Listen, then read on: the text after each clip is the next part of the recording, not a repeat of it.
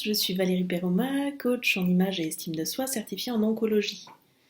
Avant de devenir coach, j'ai travaillé 9 ans au CHU Pellegrin à Bordeaux en tant qu'infirmière, dans des services aussi divers que formateurs tels que le service des grands brûlés, les soins intensifs en chirurgie maxillofaciale, en chirurgie orthopédique ou encore au bloc opératoire des urgences. Je me suis également énormément consacrée à mes 4 enfants. J'ai été en contact avec de nombreuses personnes atteintes de cancer, tant au niveau professionnel que dans mon entourage. La première fut ma maman.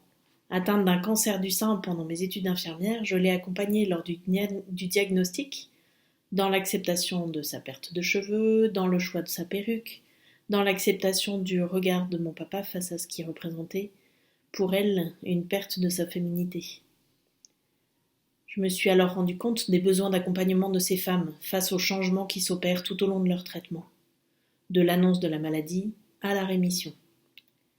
Après quelques années pendant lesquelles le sujet a mûri en moi, j'ai eu l'envie de les aider à développer une approche la plus positive possible de leur personne face à la maladie et aux effets secondaires du traitement, et à aborder leur cancer différemment. Dans cette optique, j'ai fait une formation de coach en image et estime de soi auprès de l'organisme de formation France Image Coaching, avec une spécialisation en oncologie.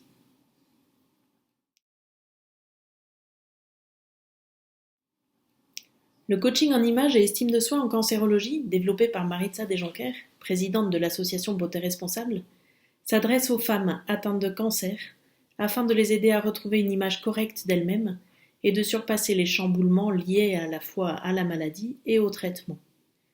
Ma mission de coach en image et estime de soi est double. Que la personne retrouve une image correcte d'elle-même dans sa globalité, c'est-à-dire à la fois l'amour de son corps et l'amour de son âme. J'entends par âme ce qui touche à l'amour propre, l'amour de son être, car c'est en aimant son être qu'elle pourra, à terme, aimer ce qui l'entoure et rayonner. Elle pourra alors respecter la cohérence entre ce qu'elle est et l'image qu'elle renvoie aux autres. Il s'agit donc d'accompagner, visualiser et accroître les ressources internes de la personne pour développer une proposition d'image externe qui contribue à son unité en respectant ses croyances, son style, sa personnalité, ses valeurs, l'étape de sa maladie et lui permettant d'atteindre ses objectifs. C'est la base de la méthode développée par Maritza Dejoncker, la méthode CERCA. L'intervention d'un coach en image peut se faire avant, pendant ou après le traitement. Avant le traitement, il s'agira d'aider la personne à accepter le diagnostic, à se préparer et prendre les devants sur une éventuelle altération de son image qui pourrait se détériorer encore plus avec les effets de la maladie.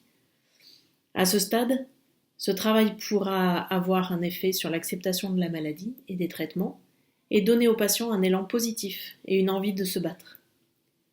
Pendant le traitement, je peux intervenir pour aider la personne à traverser les épreuves qu'elle rencontre, tant en lien avec son traitement et ses effets secondaires, une opération, une chimiothérapie, une radiothérapie, que dans ses doutes et ses relations avec les autres, et à l'aider à avancer coûte que coûte.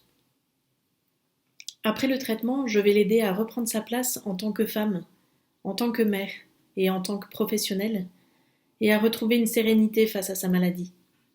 C'est à ce moment-là, lorsque le rythme du traitement s'arrête, que la personne peut ressentir un vide immense qui peut la tirer vers le bas, ainsi qu'une fatigue liée au contre-coup de la période maladie-traitement.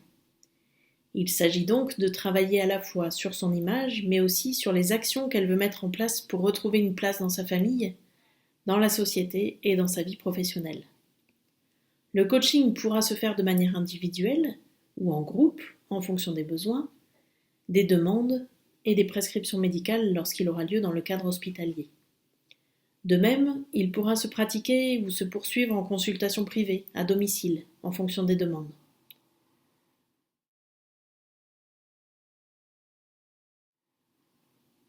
Au cours de nos ateliers, nous allons travailler sur 2 aspects distincts.